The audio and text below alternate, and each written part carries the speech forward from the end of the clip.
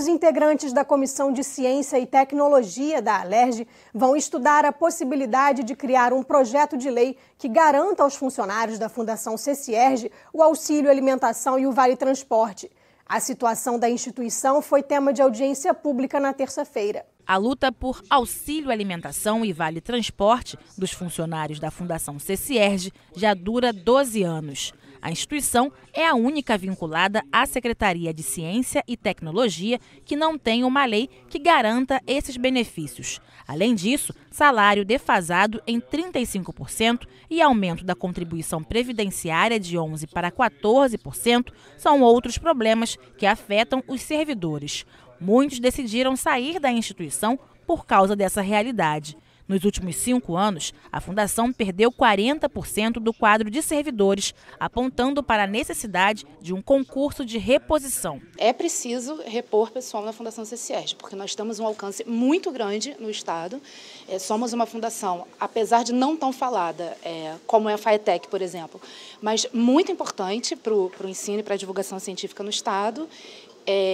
E nós precisamos urgentemente de mais pessoal. O presidente da Fundação CCIERJ disse que a instituição é referência internacional na educação à distância e que uma das principais prioridades hoje é investir na melhoria e mudança nos cursos de graduação, além de implementar caminhos de apoio aos alunos. Para isso, já implementaram algumas ações: acompanhamento de alunos e disciplinas, fortalecimento de vídeos tutoriais, curso de metodologia EAD para alunos ingressantes antes da matrícula, mais vídeos na plataforma e a revisão do material didático. O orçamento previsto para a instituição esse ano é de quase 87 milhões de reais, a maior parte para cobrir a folha de pagamento. Mas, segundo o presidente, o valor vai ser suficiente para as melhorias. Apesar do CCIERJ hoje ser considerado referência na área de divulgação científica, ensino fundamental e médio, e principalmente do CEDERJ no ensino de graduação nos seus cursos,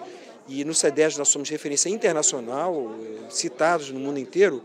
Apesar disso, nós achamos que temos um espaço muito grande para melhorar nossos cursos. Por exemplo, nós estamos implementando muito intensamente o processo Moodle Mobile, que é o espaço virtual no dispositivo móvel.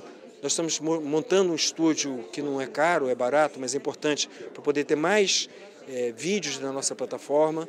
Nós estamos aumentando a capacitação dos nossos alunos no ingresso, na sua adaptação ao processo de ensino à distância. Então a gente tem muita preocupação de oferecer ao nosso aluno que já tem um bom curso, um curso ainda melhor, até porque a educação à distância hoje em dia muda muito.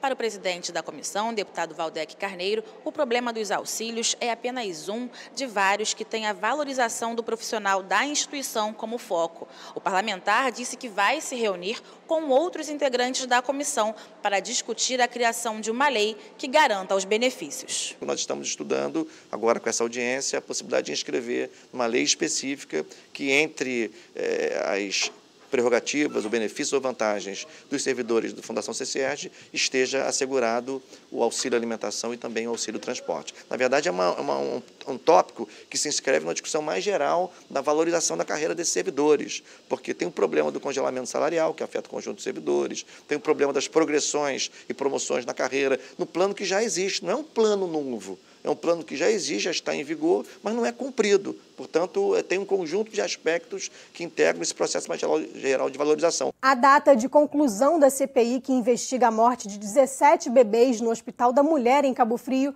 foi prorrogada por mais 60 dias, como explica a presidente da comissão, deputada Renata Souza. A nossa ideia é que não utilizemos todo esse tempo, porque a gente já está chegando a algumas conclusões, mas a gente precisa de algumas oitivas que sejam realizadas aqui dentro da Alerj e também algum exame técnico, minimamente, para a gente verificar se os protocolos de atendimentos das vítimas, né, do Hospital da Mulher não foram rasurados ou teve ali algum tipo de ação impedindo que a gente chegasse a alguma informação. O secretário municipal do Ambiente de Arraial do Cabo afirmou que a Petrobras não prestou nenhuma assistência nos 3 primeiros dias após o vazamento de óleo da empresa que atingiu as praias da cidade.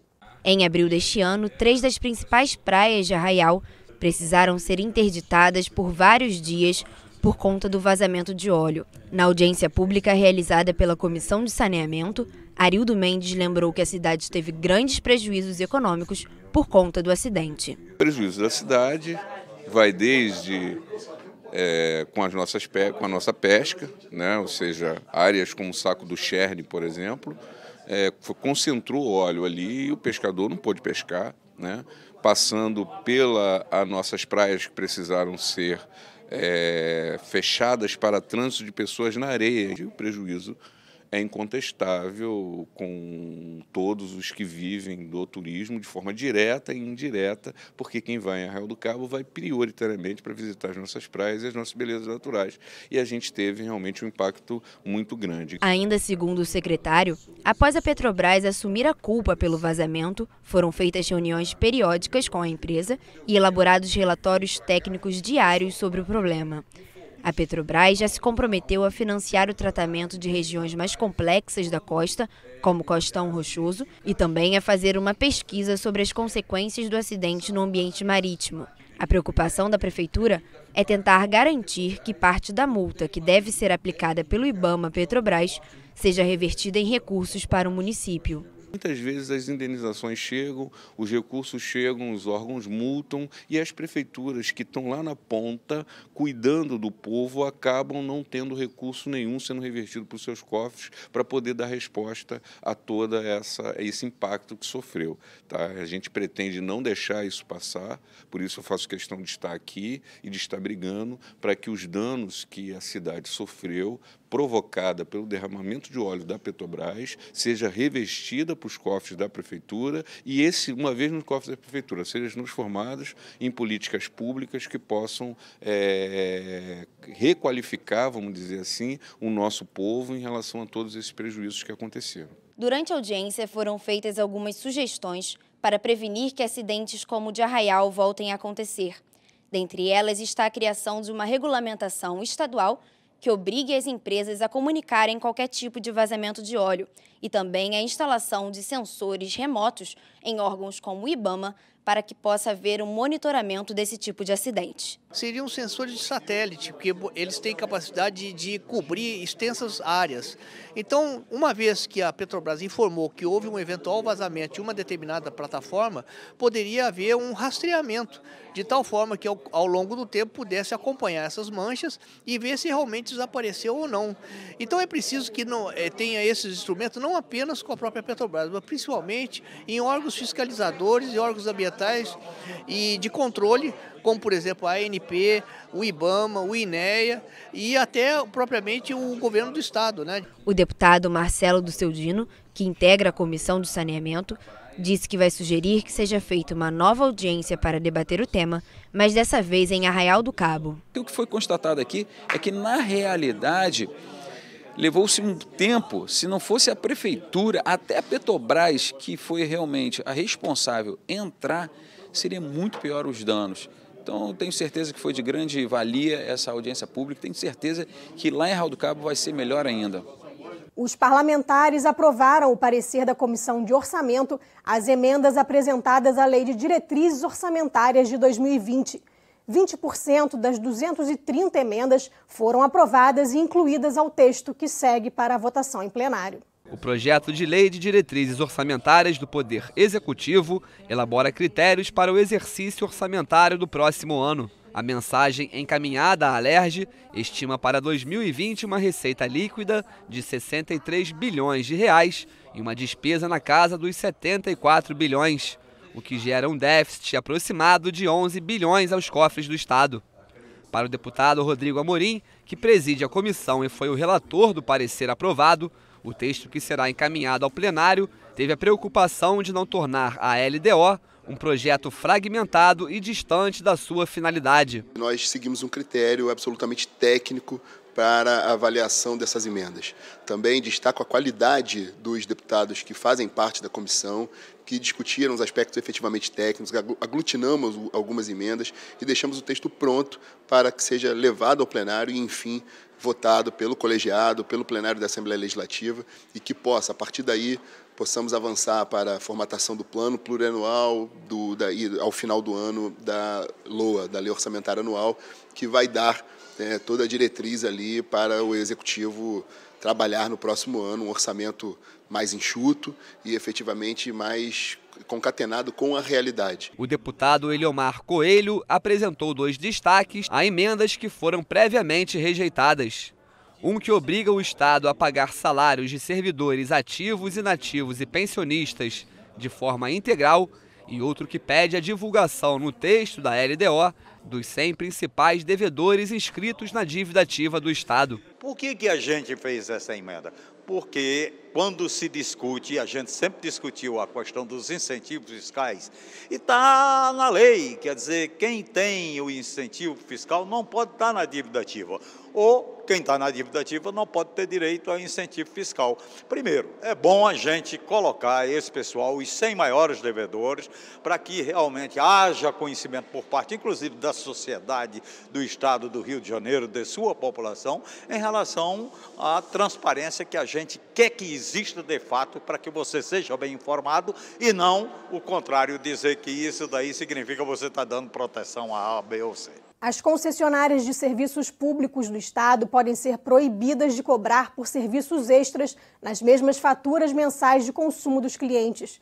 O projeto foi um dos 30 analisados pela Comissão de Constituição e Justiça da Alerj. O texto do deputado Carlos Mink se refere a serviços como concertos, por exemplo, que em geral são oferecidos pelas concessionárias, mas prestados por empresas terceirizadas. A cobrança por esses serviços, de acordo com a proposta, deve ser feita em fatura separada. O que essa lei diz? Se for um serviço fora do fornecimento de gás, luz ou água, tem que ser uma fatura à parte.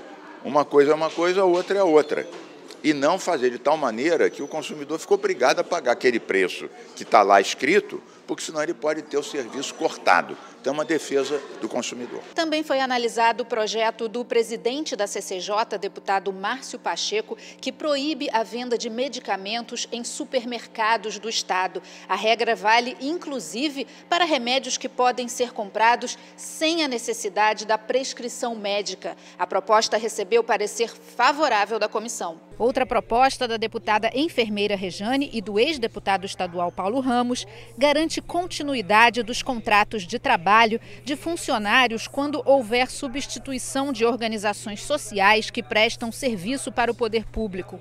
O objetivo do projeto é preservar direitos trabalhistas dos empregados e garantir a continuidade dos serviços prestados à população.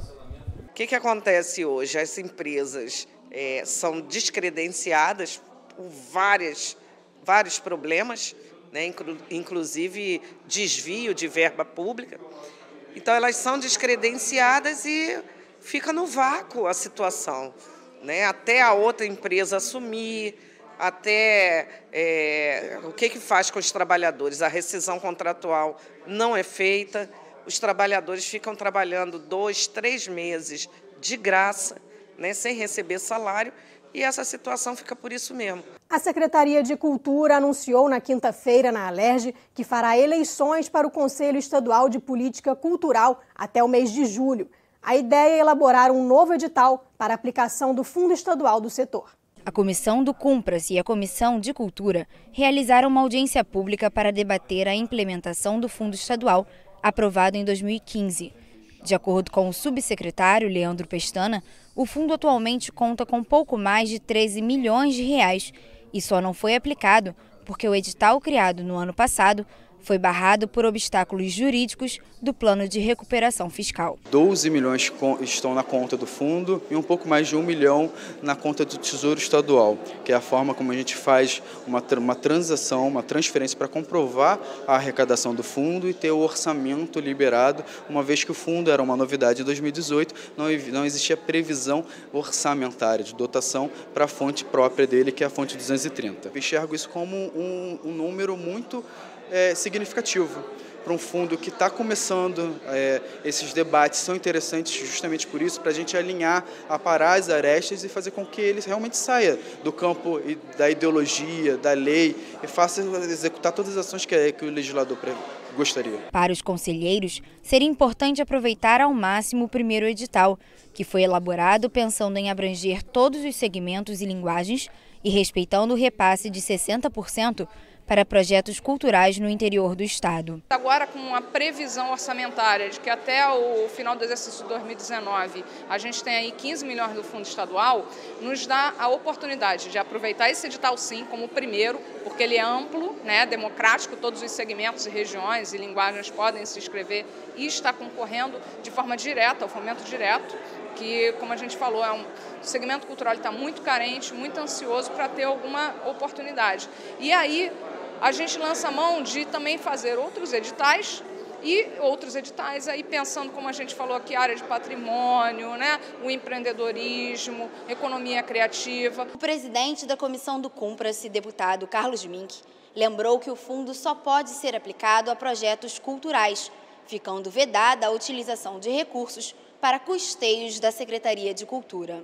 Esta lei já diz claramente que a preservação do patrimônio é um dos pontos que o recurso do Fundo Estadual de Cultura pode ser usado. A vedação que a lei diz é em relação à própria Secretaria não pegar esse recurso para o seu gasto do dia a dia. Isso vai ter que ser melhor esclarecido, mas a lei já é muito clara em relação a isso.